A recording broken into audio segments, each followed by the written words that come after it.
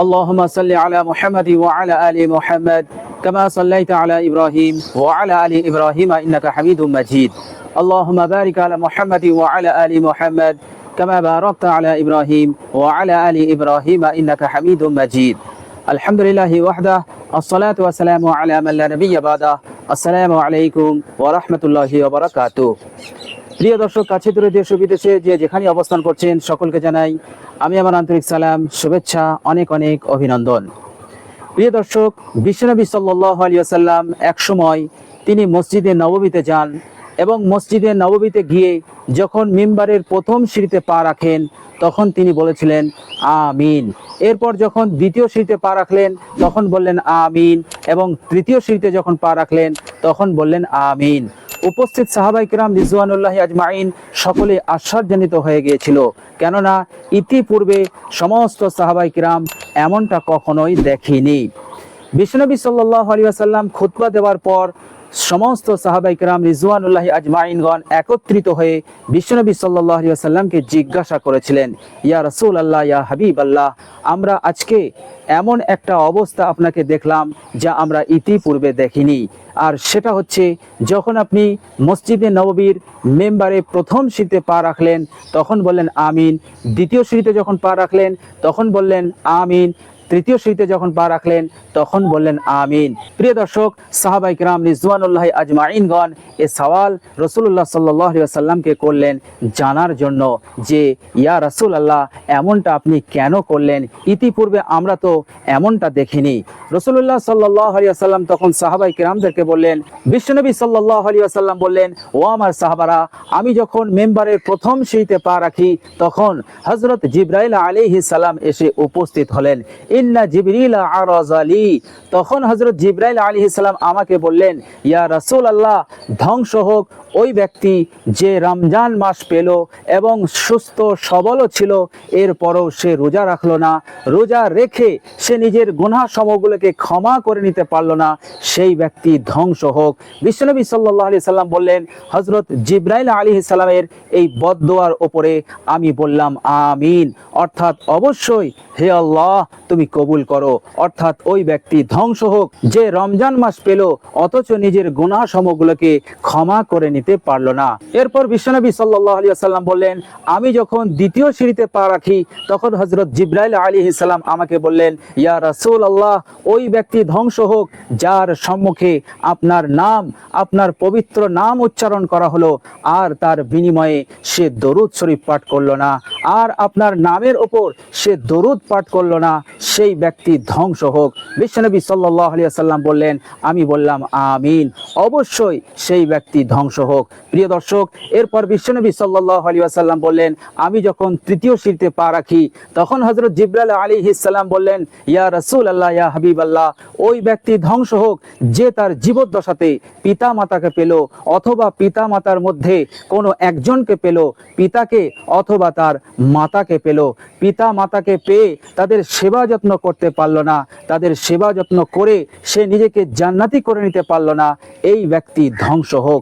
বিশ্বনবী সাল্লাল্লাহু আলাইহি ওয়াসাল্লাম বললেন, আমি বললাম আমিন, হে আল্লাহ অবশ্যই তুমি এই বদদোয়াকে কবুল করে নাও। তো প্রিয় দর্শক, এই তিনটে বদদোয়া হযরত জিবরাইল আলাইহিস সালাম বিশ্বনবী সাল্লাল্লাহু আলাইহি সাল্লাম যখন মসজিদে নববীর মেম্বারে প্রথম সিঁড়িতে পা রেখেছিলেন তখন তিনি বদদোয়াটা দিলেন। প্রিয় দর্শক, এর পূর্বে তিনি বদদোয়াটা করতে পারতেন বা অন্য সময় করতে পারতেন বা মসজিদের বাইরেও করতে পারতেন, মসজিদের ভিতরেও করতে পারতেন, কিন্তু না, বিশ্বনবী সাল্লাল্লাহু আলাইহি ওয়াসাল্লাম যখন মেম্বারের প্রথম সিঁড়িতে পা রাখলেন তখন তিনি এই বদদোয়াটি দিলেন। তৃতীয় সিঁড়িতে পা রাখলেন তিনি আরেকটি বদদোয়া দিলেন, আর তৃতীয় সিঁড়িতে পা রাখলেন তখন আরেকটি বদদোয়া দিলেন। প্রিয় দর্শক, রমজান মাস পেল অথচ সে নিজের গুনাহ খাতাকে ক্ষমা করে নিতে পারল না, এর অর্থ হচ্ছে রমজান মাস আসলে আমাদেরকে রোজা রাখতে হবে, এক নম্বর কাজ। দ্বিতীয় নম্বর কাজ হচ্ছে আমাদেরকে তারাবি পড়তে হবে, আর তৃতীয় নম্বর কাজ হচ্ছে বেশি বেশি ইস্তেগফার করতে হবে। রমজান মাসে এই তিনটে গুরুত্বপূর্ণ কাজ আমাদেরকে অবশ্যই করতে হবে, তবেই আমাদের ক্ষমা হবে।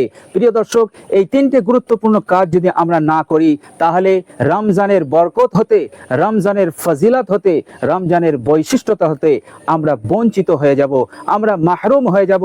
আর আমাদের ওপর হযরত জিবরাইল আলাইহিস সালাম যে অভিশাপ দিয়েছেন, সেই অভিশাপের মধ্যে আমরা পড়ে যাব। প্রিয় দর্শক, আপনার পিতামাতা যদি জীবিত থাকে, অবশ্যই তাদেরকে আপনি সেবা করুন। প্রিয় দর্শক, পিতামাতার সেবা করার অর্থ হচ্ছে পিতামাতাকে সম্মান করতে হবে, পিতামাতাকে শ্রদ্ধা করতে হবে।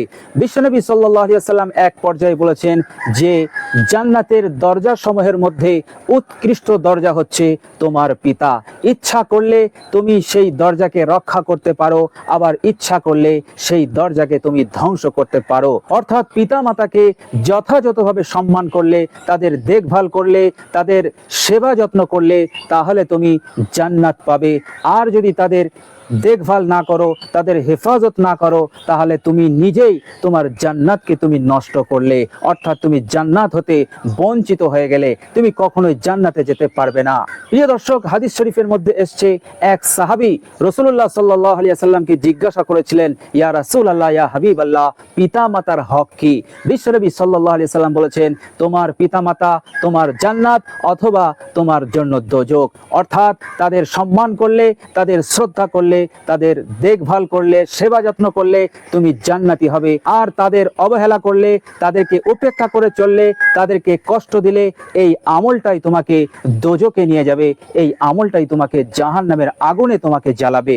প্রিয় দর্শক, বিশ্বনবী সাল্লাল্লাহু আলাইহি ওয়াসাল্লাম আরেক পর্যায়ে বলেছেন, তুমি যদি তোমার পিতা মাতার প্রতি সুদৃষ্টি দিয়ে দেখো, তো আল্লাহ সুবহানাহু ওয়া তাআলা তোমার আমলনামাতে একটি মকবুল হজের সওয়াব লিখে দেবেন। সাহাবী জিজ্ঞাসা করেছিলেন, ইয়া রাসূলুল্লাহ, আমি যদি আমার পিতামাতার প্রতি সুদৃষ্টি দিনে 100 বার দেই?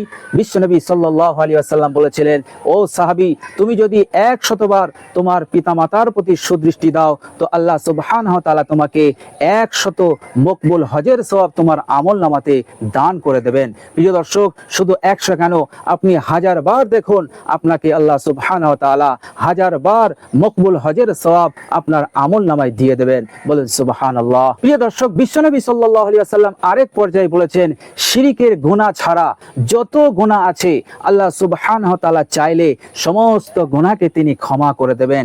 কিন্তু পিতামাতার হক নষ্ট করা, পিতামাতাকে অবহেলা করা, পিতামাতাকে কষ্ট দেওয়া, যন্ত্রণা দেওয়া, এই গুনাহটা আল্লাহ সুবহানাহু ওয়া তাআলা কখনোই ক্ষমা করবেন না, বরং এর শাস্তি আল্লাহ সুবহানাহু ওয়া তাআলা দুনিয়াতেই তাকে দিয়ে দেবেন, দুনিয়ায় তার উপর গজব পড়ে যাবে। তো প্রিয় দর্শক, পিতামাতার সেবা করতে হবে, তাদের দেখভাল করতে হবে, তাদেরকে তাদের মনে কষ্ট দেওয়া যাবে না, তাদের মনে যন্ত্রণা দেওয়া যাবে না, তাদেরকে সম্মান করতে হবে, শ্রদ্ধা করতে হবে। এটাই হচ্ছে পিতামাতার সেবা করা। তো বিশ্বনবী সাল্লাল্লাহু আলাইহি ওয়াসাল্লাম বললেন, যারা পিতামাতার সেবা করে না তারা ধ্বংস হোক। তো প্রিয় দর্শক, এই বদদোয়া থেকে যেন আমরা বেরিয়ে আসতে পারি, এর জন্য আমার আপনার পিতামাতা যদি বেঁচে থাকে, তাহলে অবশ্যই আজ থেকে আমরা তাদেরকে সম্মানের চোখে দেখব, তাদেরকে বেশি বেশি শ্রদ্ধা করব এবং তাদেরকে সেবা করব এবং তাদের আদর যত্নে তাদেরকে আগলে আমরা রেখে দেব। প্রিয় দর্শক, আরেকটি আমল হচ্ছে, সেটা হচ্ছে বিশ্বনবী সাল্লাল্লাহু আলাইহি ওয়াসাল্লামের নাম যখনই আমাদের কানে আসবে, সঙ্গে সঙ্গে আমরা দরুদ পড়ে নেব। কমসে কম সাল্লাল্লাহু আলাইহি ওয়াসাল্লাম, এই দরুদটা আমরা অবশ্যই পড়ব। কারণ যত দরুদ আছে, সমস্ত দরুদের মধ্যে সবচাইতে ছোট দরুদ হচ্ছে সাল্লাল্লাহু আলাইহি ওয়াসাল্লাম। এই দরুদটা আমাদেরকে অবশ্যই পড়তে হবে। যখন বিশ্বনবী সাল্লাল্লাহু আলাইহি ওয়াসাল্লামের পবিত্র নাম আমাদের কানে আসবে, আর যদি কেউ দরুদ না পড়ে, তো বিশ্বনবী সাল্লাল্লাহু আলাইহি ওয়াসাল্লাম তার জন্য ধ্বংসের বদদোয়া করেছেন। হযরত জিবরাইল আলাইহিস সালাম সমস্ত ফেরেশতাদের সর্দার, তিনি বদদোয়া দিয়েছেন, তিনার বদদোয়াটাই যথেষ্ট ছিল, কিন্তু বিশ্বনবী সাল্লাল্লাহু আলাইহি ওয়াসাল্লাম সেই বদদোয়ার উপর তিনি স্টাম্প মেরে দিয়েছেন, অর্থাৎ তিনি বলেছেন, আমিন, অবশ্যই হে আল্লাহ তুমি কবুল করো। অর্থাৎ অবশ্যই সেই ব্যক্তি ধ্বংস হবে, যে ব্যক্তি আমার পবিত্র নাম শোনার পরও একবারের জন্য দরুদ পাঠ করলো না।